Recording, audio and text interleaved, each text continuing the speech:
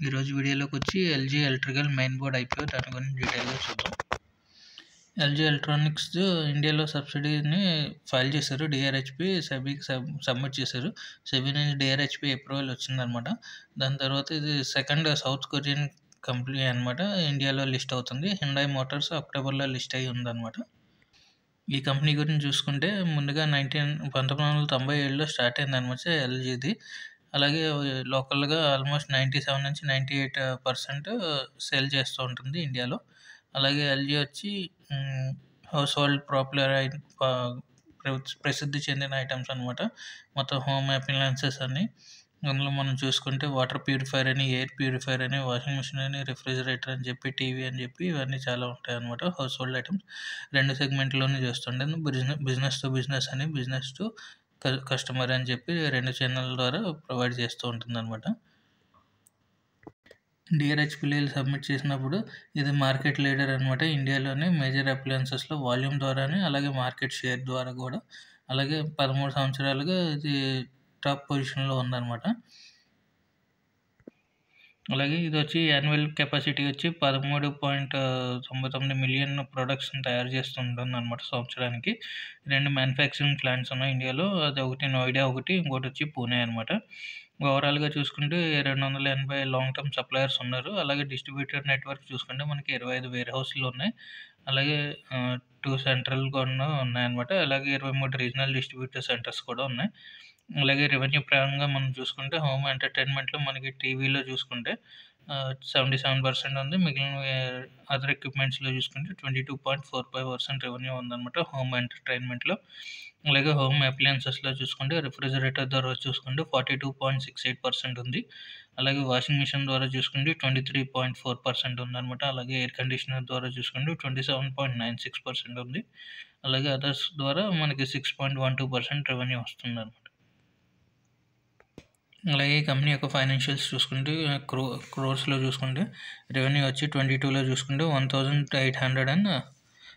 16,834 క్రోర్స్ వస్తుంది. అలాగే 23లో చూసుకుంటే 19,864 క్రోర్స్ అనమాట. మార్చ్ 24లో చూసుకుంటే 21,352 క్రోర్స్ అనమాట. జూన్ క్వార్టర్లో చూసుకుంటే 6,408 క్రోర్స్ రెవెన్యూ వచ్చిందనమాట. ప్రాఫిట్ ఆఫ్టర్ ట్యాక్స్ చూసుకుంటే ఇయర్ ఆన్ ఇయర్ ఇంక్రీజ్ అయింది. 22లో చూసుకుంటే 1,205 క్రోర్స్ అంటే 23 వచ్చేటప్పటికి 1,348 క్రోర్స్ అనమాట.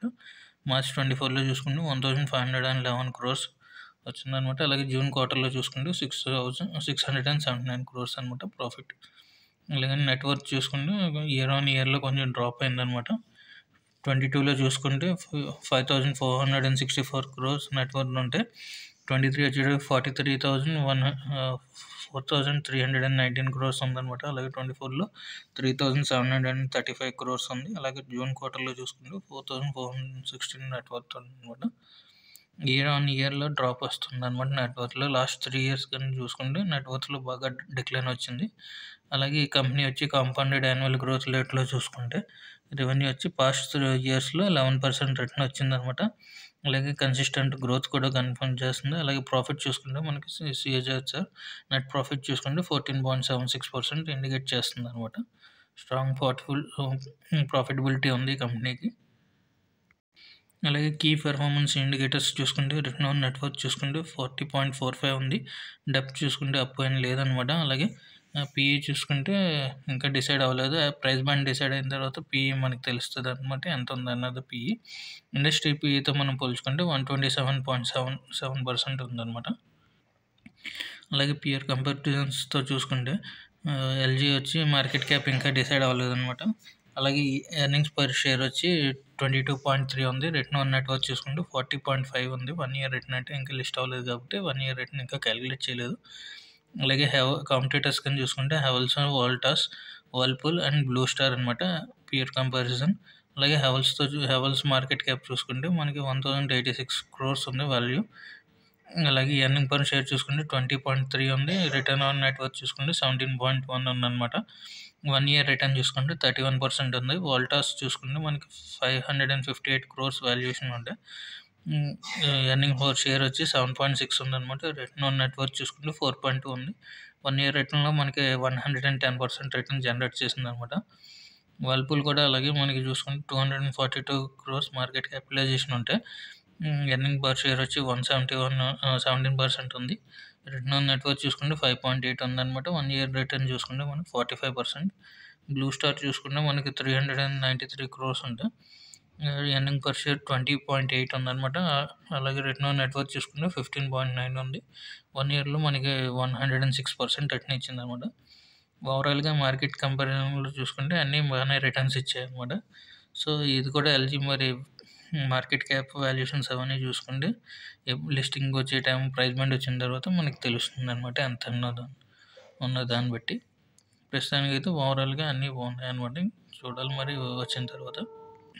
అలాగే ఐపీఓ మేనేజ్మెంట్ చూసుకుంటే మనకి ఐపీఓ ఫిల్లింగ్స్ చూసుకుంటే వచ్చి మోర్గన్ స్టాన్లీ అని, జేపీ మోర్గన్ అని, యాక్సిస్ క్యాపిటల్ అని, బోఫా సెక్యూరిటీస్ అని, సిటీ అని చెప్పి వాళ్ళందరూ ఐపీఓ లీడ్ మేనేజర్స్ కింద ఉన్నారు.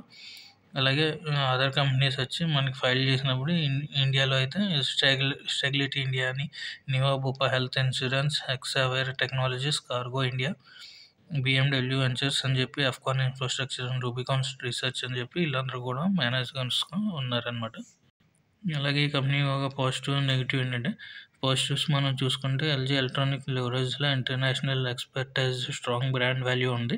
అలాగే ఆఫరింగ్స్ కూడా కాంపిటేటివ్ అడ్వాంటేజ్ కూడా ఉంటుందన్నమాట. అలాగే ఎక్స్టెన్సివ్ నెట్వర్క్ ఉండడం వల్ల డిస్ట్రిబ్యూషన్ సర్వీసెస్ ఛానల్ కూడా అక్రాస్ ఇండియాలో ఉన్నాయి. అలాగే కంపెనీ బెనిఫిట్ ఏంటంటే కాస్ట్ ఎఫిషియన్సీగా ఉండి, అలాగే లోకలైజేషన్ ప్రొడక్షన్ ఉండడం వల్ల ఆపరేషనల్ ఎక్స్పెన్సెస్ కూడా తగ్గుతూ ఉంటాయి అన్నమాట. అలాగే ఎల్జీలో మెయింటెనెన్స్ మార్కెట్గా డామినెన్స్ కూడా ఉందన్నమాట. కన్జ్యూమర్ ఎలక్ట్రికల్స్ అప్లయన్సెస్లో మంచి ప్రసిద్ధి చెందడం వల్ల మంచి లీడింగ్ పొజిషన్లో ఉందన్నమాట. అలాగే రిస్క్ ఏంటంటే LG electricals heavy Reliance parent companies ద్వారా డిజైన్, టెక్నాలజీ, ఇంకా ఎక్స్పర్టైజ్ రిస్క్స్ ఇవన్నీ ఉన్నాయన్నమాట.